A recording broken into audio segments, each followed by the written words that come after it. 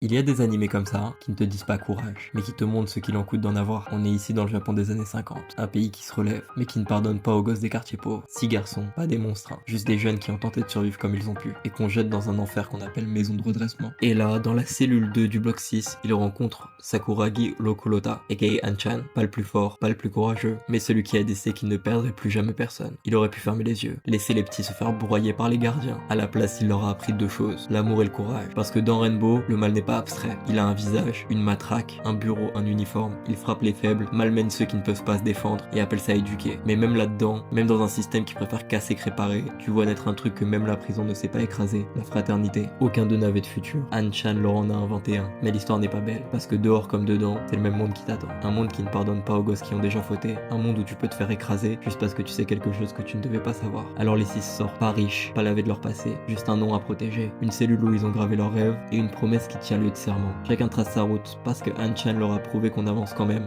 quand le monde te dit que t'as placé derrière les barreaux. Et c'est ça Rainbow, pas un animé sur la violence carcérale, un animé sur ce qu'on fait de la douleur qu'on nous a infligée, sur le fait qu'on peut être au fond du trou et quand même s'en sortir. Parce qu'au fond, il suffit d'un seul adulte pour briser un enfant, mais il suffit aussi d'un seul grand frère pour lui redonner envie de vivre.